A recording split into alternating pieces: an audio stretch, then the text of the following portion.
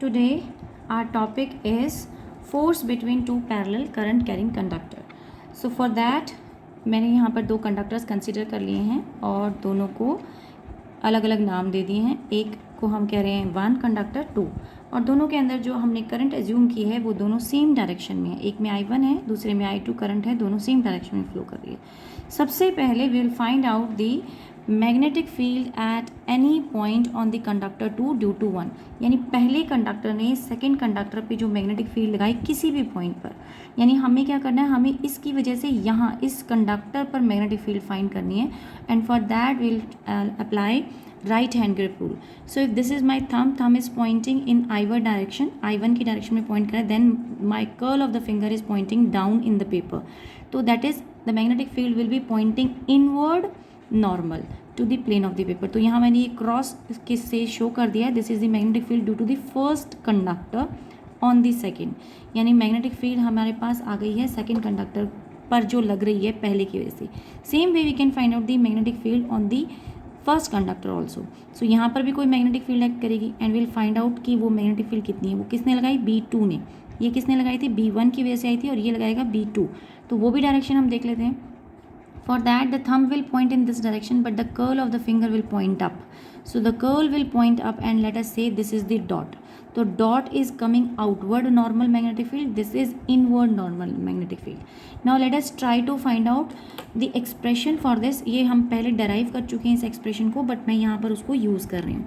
तो let us say कि first पहले हम B1 की बात कर लेते हैं. एक कंडक्टर को लेते हैं, यानी कि हम सेकेंड कंडक्टर को लेते हैं, उस पर जो मैग्नेटिक फील्ड मिली उसका हम फॉर्मूला लिखते हैं. That is equal to μ0/4 2I1/R. I1 is the current of the first conductor and R is the distance between these two. इन दोनों के बीच का जो डिस्टेंस होगा उसको हम R बोलते हैं. सो इन दोनों कंडक्टर्स करंट 1 जो है उसकी वजह से B1 क्रिएट हुआ था, लेकिन वो क्रिएट किस पर हो गया, वो सेकेंड कंडक्टर पर क्रिएट हुआ.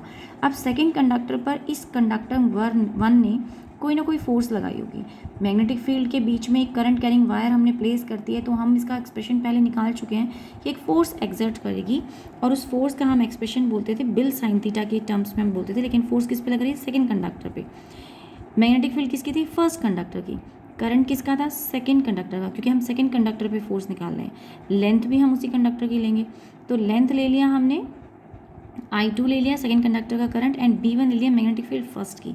तो फॉर्मूला में अगर आप ये वैल्यू पुट कर दें then you will have answer that is 2I1I/2/R into L.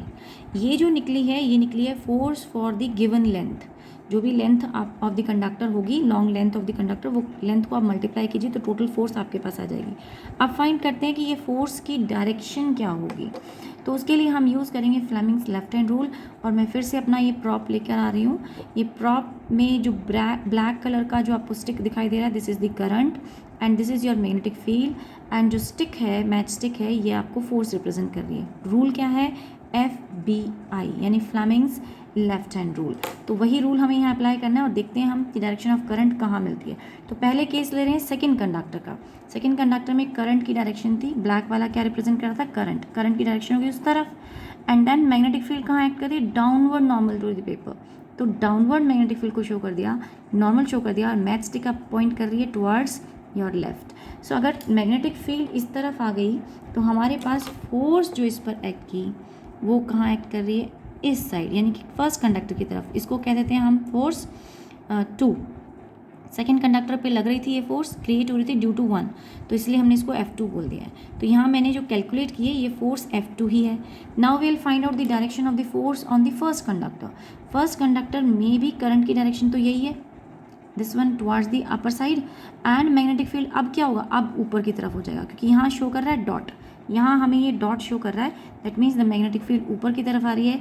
लेकिन in that case your matchstick is again pointing inward. That means यहाँ से भी जो मैग्नेटिक फील्ड क्रिएट हुई या जो फोर्स क्रिएट हुई है वो इस नेचर की हैं, वो दोनों एक दूसरे की तरफ पॉइंट करेंगे. ये हो गई F1. तो F1 और F2 एक दूसरे की तरफ पॉइंट कर रही हैं and they are equal in magnitude. क्योंकि जब आप F1 निकालोगे तो आपके पास मैग्नेटिक फील्ड किसकी होगी, सेकेंड कंडक्टर की. तो करंट किसका होगा, फर्स्ट कंडक्टर का। तो आपका फॉर्मूला F1 के लिए हो जाएगा B(2) I(1) × L। लेंथ तो उतना ही रहेगा, तो जब आप B2 की वैल्यू पुट करेंगे तो I2 आ जाएगा। तो एक्सप्रेशन जो है वो सेम आएगा, यहाँ मैं लिख भी दूँ तो μ0/4π twice of I1 I2 by R into L again. ये आपकी निकली है force for a given length, but if you are asking, they are asking force per unit length, F से रिप्रेजेंट कर देते हैं, दैट इज़ F/L। ये दोनों फोर्सेस मैग्नीट्यूड वाइज इक्वल हैं, F1 and F2 they are equal in magnitude but opposite in direction. You may see from the figure ये दोनों opposite direction में है, लेकिन magnitude wise they are equal. So दोनों forces का magnitude same है, तो force per unit length भी same होगा दोनों के लिए। तो वो कितना हो जाएगा, μ0/4π 2I1 I2 by R, ये R है। So this is the final expression कि अगर आपको क्वेश्चन में कहा जाए कि फोर्स पर यूनिट लेंथ निकालो तो आप ये यूज़ करेंगे। अगर आपको कहा जाए कि force for a given length निकालो तो फिर आपको लेंथ को मल्टीप्लाई करना पड़ेगा। एक्चुअली हमें एक्सप्रेशन क्या निकालना था, हमने निकाला था force per unit length of the conductor, क्योंकि कंडक्टर क्या है, इनफाइनाइट लेंथ का है। उस सिचुएशन में हम क्या कह रहे हैं, पर यूनिट लेंथ। तो हम इसी एक्सप्रेशन में भी अगर आप एल को यूनिट अज्यूम कर लें तो भी फोर्स पर यूनिट लेंथ हो जाएगी। यूनिट लेंथ के लिए निकाल रहे हो एंड 1 को आप इसके डिनोमिनेटर में ले आइए तो भी वो फोर्स पर यूनिट लेंथ ही कहलाता है। तो यहीं पर हम एक कंक्लूजन निकाल सकते हैं कि हमने देख लिया, if the current in the conductors have the same direction they will attract. तो अगर करंट, जैसे हमारे प्रेजेंट केस में यही था, दोनों करंट क्या थी, सेम डायरेक्शन में थी, तो वो अट्रैक्ट करते हैं। और ये आप अपने आप करके देख सकते हैं कि अगर वो अपोजिट डायरेक्शन में हो तो क्या करेंगे, they will be in opposite direction then they will repel each other, तो फिर वो एक दूसरे को रिपेल करेंगे। फ्रॉम हेयर ओनली हम डेफिनेशन डिफाइन कर सकते हैं एम्पियर्स की, जो हमारे पास फर्स्ट एक्सप्रेशन आई थी। अगर इस एक्सप्रेशन में हम कहें कि I1 और I2 they are equal and they are 1 ampere, R distance 1 metre हो जाता है, और आपका μ0/4π का इस केस में वैल्यू कितनी होती है, हमेशा कैसे लेते हैं, 10⁻⁷ और 2 बच गया। तो इसका मतलब जब आपके पास करंट यूनिटी था, डिस्टेंस आर 1 मीटर था, तो फिर जो फोर्स एक्सर्ट कर रही थी पर यूनिट लेंथ वो कितनी थी, 2 × 10⁻⁷, और ये न्यूटन पर मीटर है, यानी कि यूनिट लेंथ के लिए। तो फिर यहाँ पर हमने स्टेटमेंट दे दिया है। अगर आप ये ना देखना चाहें तो यहीं से भी स्टेटमेंट, आप ज़रूरी नहीं है लैंग्वेज वही हो, बुकिश हो, अपने आप भी दे सकते हैं। This is defined as the current flowing in the 2 conductors separated by distance of 1 metre will exert a force of 2 × 10⁻⁷ newton per metre. Newton on each metre भी बोल सकते हैं। तो हर मीटर लेंथ पर अगर इतनी फोर्स लग रही है तो उसे हम 1 एम्पियर कहते हैं। तो मैंने स्टेटमेंट वहाँ से बोल दिया, लेकिन आप यहाँ भी देख लें एक बार, हमने लिखा क्या है, 10 ampere is that current which is flowing into infinite long conductors of negligible cross section area separated by 1 metre in vacuum. अच्छा, ये 2 पॉइंट्स और आप ऐड करना चाहिए, वैसे इसे मार्क्स नहीं कटते हैं even if you won't write, because we are considering a vacuum situation only, but still better है हम लिख दें। 2 पॉइंट्स मिस हुए हैं कि तो क्रॉस सेक्शन एरिया सेपरेट, मतलब नेग्लिजिबल होना चाहिए, और उनके बीच का जो सेपरेशन है वो किससे फिल्ड होना चाहिए। सेपरेशन तो 1 मीटर है, but they are having no medium in between, so they are placed in vacuum. Then they will exert a force of 2 × 10⁻⁷ Newton on each meter of the wire. In fact आप ये vacuum वाला point और cross section area वाला नहीं भी लिखेंगे तो भी no marks will be deducted, but आप चाहें तो इसे आप इंक्लूड कर सकते हैं। बट ये हो भी यही रहा है कि जब हम लॉन्ग वायर लेते हैं तो उसका area of cross section almost negligible ही होता है। So now will move to the numericals. Now we have a question. A current balance is a device for measuring current. The current to be measured is arranged to go through the 2 long wire. Actually current balance एक ऐसा device होता है जिसमें एक ही wire को turn करके हम use करते हैं। तो 2 लॉन्ग वायर हैं जिसमें सेम अमाउंट ऑफ करंट जा रहा है इन अपोजिट डायरेक्शन। ये भी वो मेंशन कर रहा है that the current equal length है, wires of equal length, and the current is flowing in opposite direction, one of which is linked to the pivot of the balance. The resulting repulsive force on the wire is balanced by putting a suitable mass in the scale pan hanging on the other side of the pivot. In one measurement, if suppose the mass of the scale is 30 gram and the length is 50 centimeter and you are given the separation between the 2 wires as 10 mm. तो जो हमें values given है वो हम देख लेते हैं। आपको मास जो दे रखा है पैन में वो है 30 ग्राम, आपको लेंथ ऑफ द वायर दे रखी है 50 सेंटीमीटर, एंड आपको सेपरेशन दे रखा है उनके बीच का 10 मिलीमीटर। ये हमें तीनों पार्ट्स गिवन थे। अब क्वेश्चन ये है कि कई बार बच्चा इसे लेकर कंफ्यूज हो जाता है कि करंट बैलेंस तो हमने सुना नहीं है, तो ये कैसे, इसको क्या चीज़ होती है, क्या डिवाइस होता है, हम आगे कैसे सॉल्व करें। लेकिन इसमें एक ही मेन लाइन है जो आपको ध्यान रखनी है। एक तो ये कि द रिपल्सिव फोर्स, अगर वो ये भी आप मिस कर दो कि अपोजिट डायरेक्शन थी फोर्सेस की, वो भी आप मिस कर देते हो, तो भी वो कह रहा है द रिपल्सिव फोर्स, यानी उसने खुद क्लू दे दिया है कि the repulsive force on the wire is balanced by putting a suitable mass in this scale pan. Scale pan पे अगर कोई मास रखा है दैट मीन्स ये क्या है, ये बैलेंस है। बैलेंस है जो वेट मेजर कर रहा है, तो इसका मतलब पैन के ऊपर जो वेट होगा वो बैलेंस किससे हो रहा है, रिपल्सिव फोर्स से। रिपल्सिव फोर्स किसके बीच में, दो लॉन्ग वायर्स के बीच में। तो हमें क्लू यहीं से मिल गया। और रिपल्सिव फोर्स कितनी होती है, let me write down the formula. जो रिपल्सिव फोर्स का फॉर्मूला हमने अभी अभी निकाला, mu not by 2 pi I1 I2 by R, ये फोर्स पर यूनिट लेंथ है। That should be equal to, और वेट जो होगा पैन के अंदर वो भी कितना है, mg। अब ये दोनों बैलेंस हो रहे हैं, they are balancing each other, तो हम क्या करेंगे, इन दोनों को इक्वेट कर देंगे। तो आपके पास आ जाती है equation mg is equal to mu not by 2 pi, और करंट भी कैसी है, इक्वल अमाउंट करंट है, क्योंकि सेम ही वायर है। उसने बोला भी है इक्वल लेंथ की है वायर और अपोजिट डायरेक्शन में सेम करंट फ्लो कर रहा है। तो I एंड I दोनों हमने यहाँ पे पुट किया, एंड दोनों के बीच में डिस्टेंस था R। आप यहाँ इसको सिंप्लीफाई करेंगे तो I स्क्वायर का फॉर्मूला आपके पास आ जाता है, that will be equal to 2 pi mgr by mu not L. And you place all the values, जो भी हमें पता है, R हमें पता है, M हमें दे रखा है उसने, G भी हमें पता है, 9.8 ये गिवन था हमें वैल्यू, ये मीटर पर सेकेंड स्क्वायर आप यहाँ लिख सकते हैं। ठीक है, तो हमें ये पता थी वैल्यूज, ये सब वैल्यूज जब हम इसमें प्लेस करते हैं तो I am directly writing the answer, the I comes out to be 171.46 ampere. ये लगभग इसके वैल्यू के बराबर आता है। देखो, इस क्वेश्चन को लेने का पर्पस सिर्फ इतना ही था कि कई बार होता है कि लैंग्वेज क्वेश्चन की ऐसी होती है हमें समझ नहीं आ रहा होता, तो हमें वहीं से जो गिवन लैंग्वेज है उसी में से क्लूज निकालने पड़ते हैं।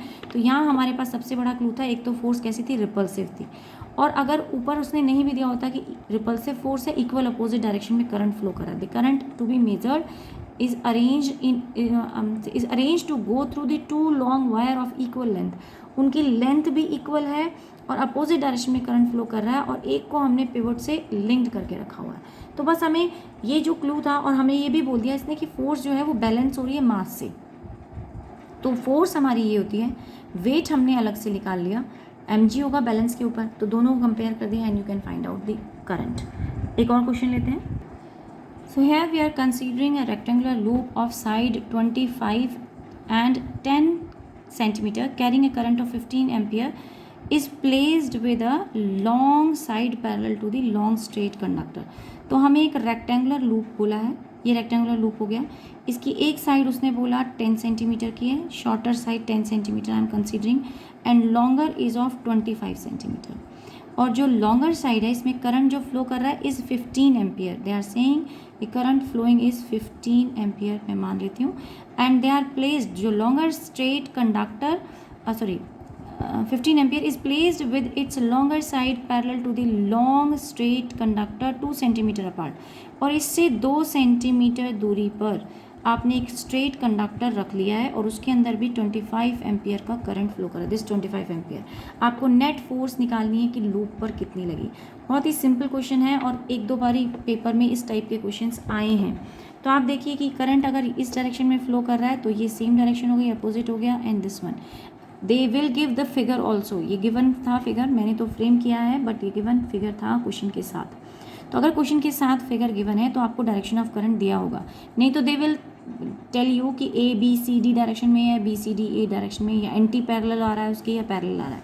जो भी केसेस हैं आप उसमें ले सकते हैं, और अगर आप खुद भी एज्यूम करेंगे तो भी कोई प्रॉब्लम नहीं है, क्योंकि एक बार तो जो क्लोजर वायर है उसके लिए या तो ये फोर्स सेम डायरेक्शन में हो जाएंगी, लेकिन दूसरी वाली वायर के लिए अपोजिट हो रही है। अगर आप अपोजिट डायरेक्शन मानते तो यहाँ अपोजिट फोर्सेस हो जाती और वहाँ पर क्या हो जाती, वो सेम डायरेक्शन में फोर्स हो जाती।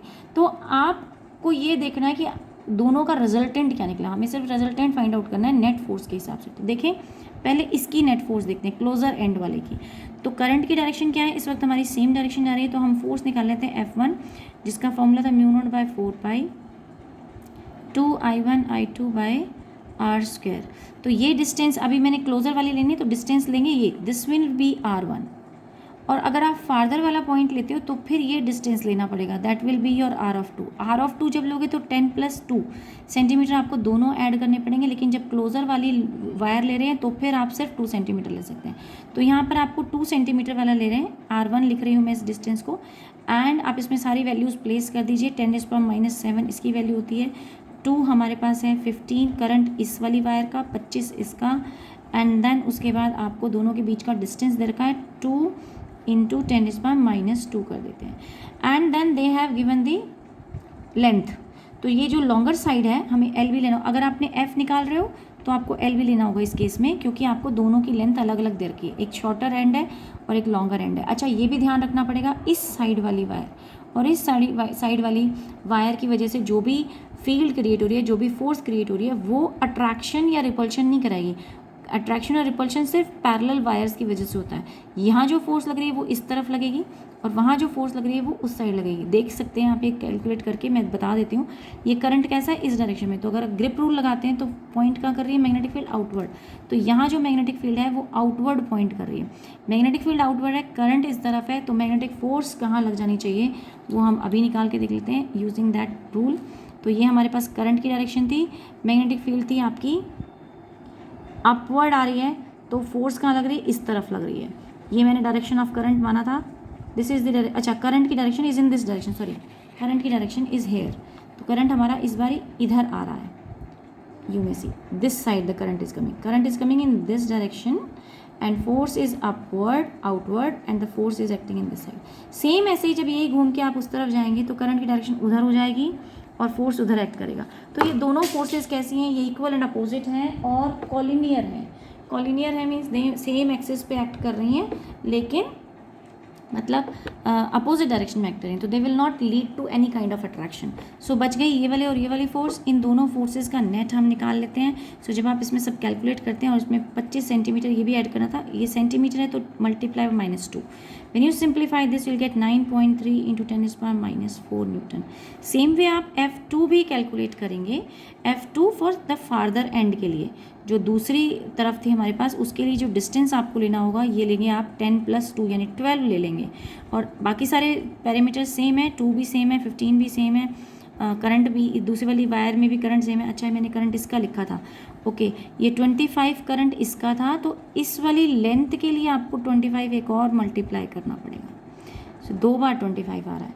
सो you have to solve them again, और ये भी मैं डायरेक्ट आंसर लिखती हूँ, दिस कम्स आउट एज 1.5 × 10⁻⁻4 आपका न्यूटन में आ जाता है answer. So net force will be, net force आप क्या करेंगे, ग्रेटर में से लेस को सब्ट्रैक्ट कर दीजिए, 9.3 में से आप 1.5 सब्ट्रैक्ट करेंगे × 10⁻⁻4 and the final answer will come out to be 7.8 × 10⁻⁻4 newton. अब इसमें ये हमें पता चलेगा ग्रेटर फोर्स कौन सी वाली ज़्यादा है, F1 ज़्यादा है। तो यानी क्लोजर वाली जो फोर्स होगी, जो अट्रैक्टिव फोर्स होगी, वो ज़्यादा स्ट्रॉन्गर होगी, और ये रेक्टेंगुलर कॉयल जो है ये finally towards this long straight wire attract हो जाएगा, इसकी तरफ पुल हो जाएगा। वैसे भी अगर डिनोमिनेटर बढ़ गया है, वैसे हमें पता चल रहा था कि बिना कैलकुलेशन के भी पता चल रहा था, वो ऐसे कि जो फार्दर एंड है उसकी रिपल्सिव फोर्स वीक होगी, क्योंकि उसका डिस्टेंस जो है इससे दूर हो गया, और ये इन्वर्सली रिलेटेड टू डिस्टेंस है।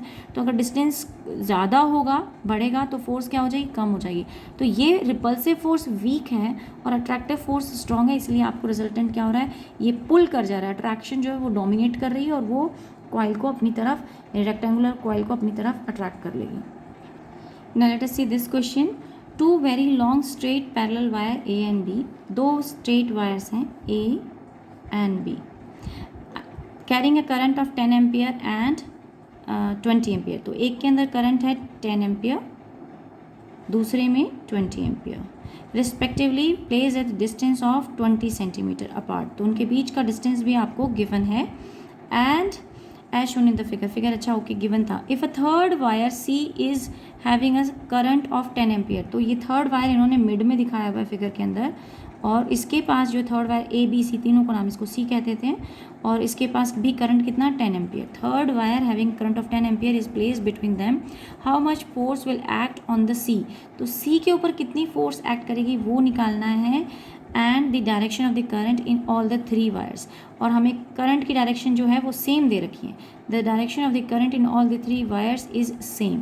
तो वो हमें सेम दी हुई है तीनों का, ये डायग्राम एक्चुअली गिवन था। सो बट अब आपको क्या करना है, अब आपको फोर्स निकालनी है इसके ऊपर। तो 10 की वजह से भी फोर्स एक्ट करेगी और इस 20 एम्पियर की वजह से भी फोर्स एक्ट करेगी, और फोर्स का फॉर्मूला F1 अगर आप लें तो आ जाता है μ0/4 2I1I2/R। तो अगर मैं एक कंडक्टर सी ले रही हूँ और एक कंडक्टर ये ले रही हूँ ए, तो 10 और 10 दोनों मल्टीपल में आ रही है और इन दोनों के बीच का डिस्टेंस भी हो गया 10 सेंटीमीटर। सेंटीमीटर को आप चेंज कर सकते हो इन मीटर में। एंड देन उसके बाद आपको कहा गया F2 निकालना है। F2 किस किस के बीच में हो जाएगा, ये मैं कह देती हूँ, ए और सी के बीच में है, ये बी एंड सी के बीच में है। तो जब आप बी और सी लेते हो तो उस वक्त आपकी करंट का मैग्नीट्यूड चेंज हो जाता है, क्योंकि तब क्या हो जाएगा 20 एंड 10, और डिस्टेंस तो तब भी आपका 20 ही रहेगा। लेकिन इन्होंने दोनों वायर्स की, मैं जस्ट चेक करती हूँ, यस हाँ, वायर की लेंथ दे रखी 15 सेंटीमीटर। तो इन दोनों के केस में फोर्स पर यूनिट लेंथ नहीं निकालना, बल्कि फॉर अ गिवन लेंथ निकालना है। तो गिवन लेंथ दोनों में ही 15 सेंटीमीटर है। And when you calculate them, तो मैं डायरेक्टली आंसर लिख रही हूँ, this answer comes out to be 3 × 10⁻⁻5 newton, and this will come out as 6 × 10⁻⁻5 newton. यानी कि सिर्फ एक ही फैक्टर बदला है, दैट इज दिस 20। एक केस में 20, एक केस में 10 है। तो आपको नेट निकालने के लिए क्या करना होगा, बिगर में से लेस को सब्ट्रैक्ट कर दीजिए, यानी बी सी में से आप F of A C subtract कीजिए, आंसर विल बी 3 × 10⁻⁻5 न्यूटन।